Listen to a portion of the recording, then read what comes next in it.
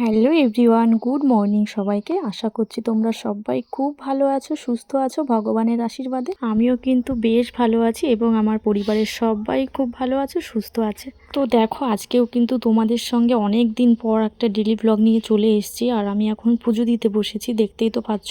ঠাকুরের জন্য একটা মালা গেঁথে নিয়েছি, মানে আমার রাধাকৃষ্ণের জন্য একটা মালা গেঁথে নিয়েছি। আজকে কিন্তু একটু বেশি ফুল পাওয়া গেছিলো, মানে অনেক ফুল তুলেছিল মা, তো সেই কারণে আমি ঠাকুরের জন্য দেখো কি সুন্দর করে একটা মালা গেঁথে নিয়েছি, যেটা আমি রাধাকৃষ্ণর গলায় পরিয়ে দিয়েছি। আর ঠাকুরের আসনটা দেখো একটুও কিন্তু ফাঁকা নেই, সারা আসনে ফুল দিয়ে দিয়েছি।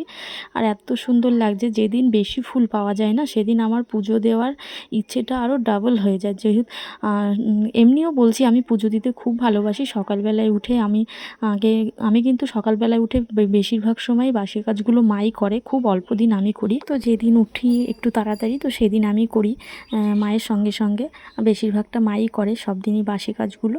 তো কিন্তু সকালবেলায় উঠে স্নান করে, মানে আমার ঘরটা মুছে স্নান করে পুজোটা কিন্তু আমিই দিই রোজই। তবে হ্যাঁ, মাঝে মধ্যে এমন হয় যে আমি দিতে পারি না, তখন মাই পুজোটা দিয়ে দেয়। তো যাই হোক, পুজো দিতে কিন্তু আমার বেশ ভালো লাগে, আমি খুব ভালোবাসি ঠাকুরকে পুজো দিতে।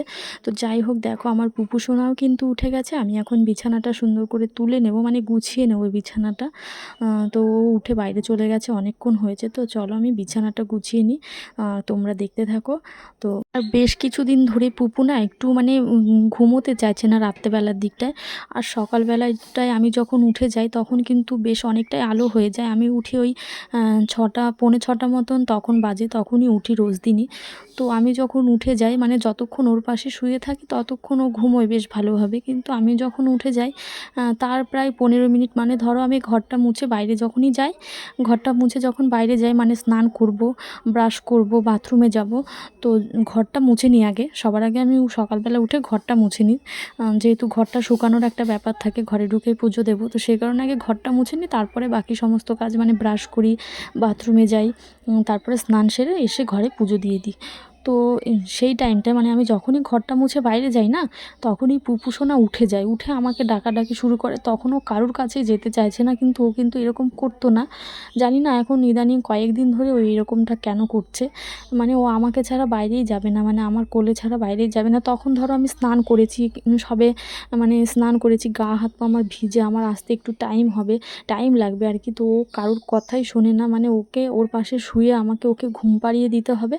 তারপরে ও আবার মানে 1 ঘন্টা হোক বা আধ ঘন্টা হোক ও ঘুমোয়। মানে ও ওই টাইমটায় উঠতে চায় না। ও কিন্তু ওঠে 7টা সাড়ে 7টার সময়, কিন্তু মাঝখানে আমাকে এসে একবার ঘুম পাড়িয়ে দিতেই হয়। কয়েকদিন ধরে এই রুটিনই চলছে। তো জানি না এই অভ্যেসটা ওর কবে ঠিক হবে, কিন্তু এই অভ্যেসটা ওর ছিল না। এই কয়েকদিন ধরে শুরু করেছে ও এরকমটা। তো যাই হোক, বাচ্চা মানুষ এক এক সময় এক এক রকম করে। তো মাঝে মাঝে খুব বিরক্ত হয়ে যায়। রোজ সকালে উঠে কান্না করলে, সকালবেলায় উঠেই যদি এরকম কান্নাকাটি করে, তাহলে দিনটা কী করে ভালো হবে বলো। তো এই ভেবেই ওকে একটু বকাবকি করি, তারপরে আবার ভাবি যে না থাক, বাচ্চা মানুষ, বাচ্চারাই তো এরকম করবে, বড় যখন হয়ে যাবে তখন তো আর এরকম করবে না। আর আমি সত্যি ওর এই দিনগুলোকে খুব মিস করব। মানে ও যখন বড় হয়ে যাবে তখন না আমার মানে তখন হয়তো একটা অন্যরকম মানে পরিস্থিতি হবে, কিন্তু এখনকার দিনগুলো আমি সত্যিই খুব মিস করব। আমি এখনও যখন ওকে আদর করি, যখন আমি ওর সঙ্গে একান্তে সময় কাটাই, তখন আমি ওকে বলি যে কেন মানে তখন আমি বলি ওকে, মনে মনে সব সময় ভাবি যে কেন এত তাড়াতাড়ি বড় হয়ে যাচ্ছে আমার পুপু সোনাটা। এই তো সেদিন এলো আমাদের, মানে আমার কোলে, এই তো মনে হয় এই তো সেদিনের কথা, কিন্তু দেখো দেখতে দেখতে প্রায় 2.5 বছর হয়ে গেল আমার পুপু সোনার বয়স।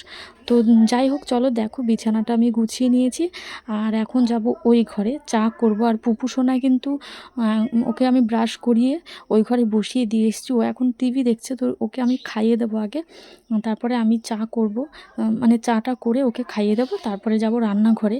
আর এখন কিন্তু বেশ বেলা হয়ে গেছে, 7:30 মতন বেজে গেছে। তো রান্না করতেও বেলা হয়ে যাবে। গরম যেহেতু প্রচণ্ড পড়ছে, তাই রোজই ভাবি সকাল সকালে রান্নাঘরে ঢুকবো, তাড়াতাড়ি করে রান্না করে বেরিয়ে যাব, কিন্তু সেটা আর হয় না, বেলাই হয়ে যায়। তো যাই হোক, চলো যাওয়া যাক।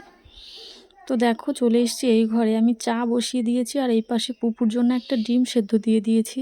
ডিমগুলো আনা হয়েছিল, বেশ কিছুদিন হয়ে গেছে, তো ওকে সেদ্ধ করে দেওয়া হচ্ছে না, যেহেতু পরপর আমাদের বাড়িতে 3 দিন নিরামিষ খাওয়া হয়েছে, তো ওকে আর দেওয়া হয়নি ডিমগুলো সেদ্ধ করে। তো আমি ভাবলাম সেদ্ধ করে দিই, নয়তো নষ্ট হয়ে যাবে, যেহেতু গরম প্রচণ্ডই পড়ছে।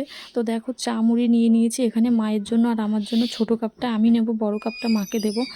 তো মুড়িও তো আজকে দেখো রান্না হচ্ছে এই পুঁইয়ের ডাঁটা, আলু, বেগুন দিয়ে, চিংড়ি মাছ দিয়ে একটা তরকারি করব শুকনো শুকনো করে। আর এখানে আলু আর পেঁপে কাটা আছে, এটা দিয়ে মাছের ঝোল হবে। কাতলা মাছ ছিল নেয়া, তো সেটা দিয়েই আগের দিন নেওয়া ছিল, ফ্রিজে রাখা ছিল, তো সেটা দিয়ে এখন মাছের ঝোল করব। পাতলা করে পেঁপে আলু দিয়ে মাছের ঝোল করব। আর এখানে আছে শাক ভাজা, আর এখানে কিন্তু 2 রকমের শাক আছে, মানে পাট শাক আছে আর আর কি একটা শাক আছে, যাই হোক 2টো শাক মিক্স করে কেটে দিয়েছে মা। তো আজকে এই হচ্ছে রান্না বান্না, এইটুকুই করব। তো রান্নাঘরে তো ঢুকে গেছি, এই 10 মিনিট মতো হলো রান্নাঘরে ঢুকেছি। তো মোটামুটি 1 ঘন্টা মতন লাগবে রান্না করতে। তো চলো রান্নাটা করে নিই, তারপর একটা একটা করে রান্না করি আর তোমাদের সাথে শেয়ার করি। তো দেখো তরকারিটা নামিয়ে আমি মাছটা ভেজে নিলাম, মাছটা ভাজা হয়ে গেছে। আর এখন আমি তরকারিটাও বসিয়ে দিয়েছি, মানে উনুনে দেখো তরকারিটা বসিয়ে দিয়েছি। আলু আর পেঁপের ঝোলটা আর কি, ঝোলটা ভালো করে ফুটিয়ে নিয়ে তারপরে আমি মাছটা আর কি দিয়ে দেব।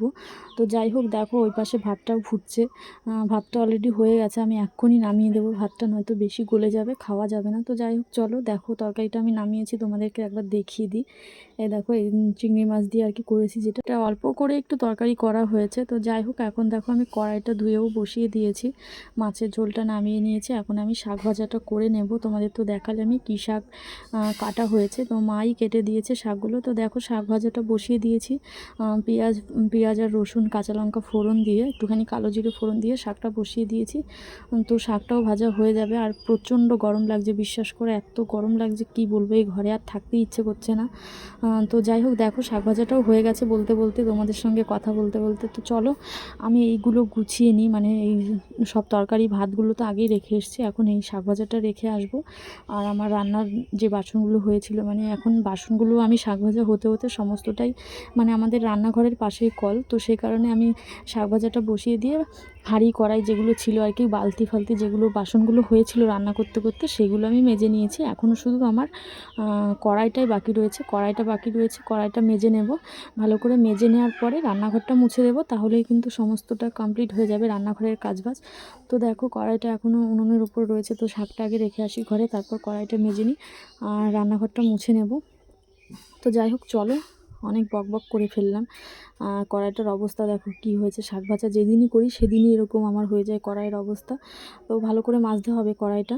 তো এখান থেকে বেরোতে হবে তাড়াতাড়ি করে, প্রচণ্ড গরম লাগছে, ভীষণই গরম পড়ছে কয়েকদিন ধরে, বৃষ্টির তো দেখা নেই, মানে মেঘ মেঘ করছে কিন্তু বৃষ্টি পড়ছে না, আমার মনে হয় সেই কারণে আরও বেশি গরম পড়ছে। তো যাই হোক চলো, তো দেখো আমার কিন্তু রান্নাঘরটা আমি লেপে নিয়েছি, সুন্দর করে লেপা হয়ে গেছে আমার।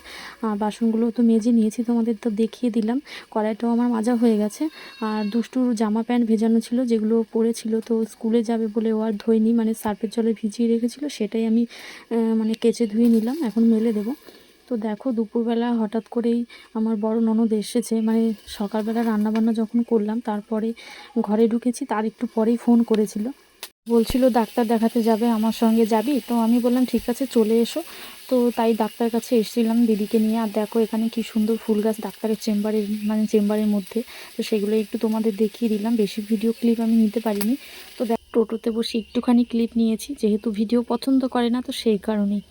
তো দেখো বাড়িতে চলে এসেছি, এখন কিন্তু বাজে প্রায় 7:30, মানে ডাক্তারের ওখান থেকে বেরিয়ে আমার বড় ননদের যা আর কি হসপিটালে ভর্তি আছে, ভর্তি হয়েছে, তো সেখানেই আমরা একটুখানি গিয়েছিলাম যদি দেখতে পারি। তো সেখানে আমরা ঢুকতে পারিনি ভেতরে, যেহেতু ভর্তি করেছে, তো একজনের বেশি থাকতে দেবে না, আর দেখতেও পারিনি যেহেতু ভিজিটিং আওয়ার্স ছিল না, তো সেই কারণে আমরা দেখতে পারিনি, তাই চলে আসলাম বাড়িতে।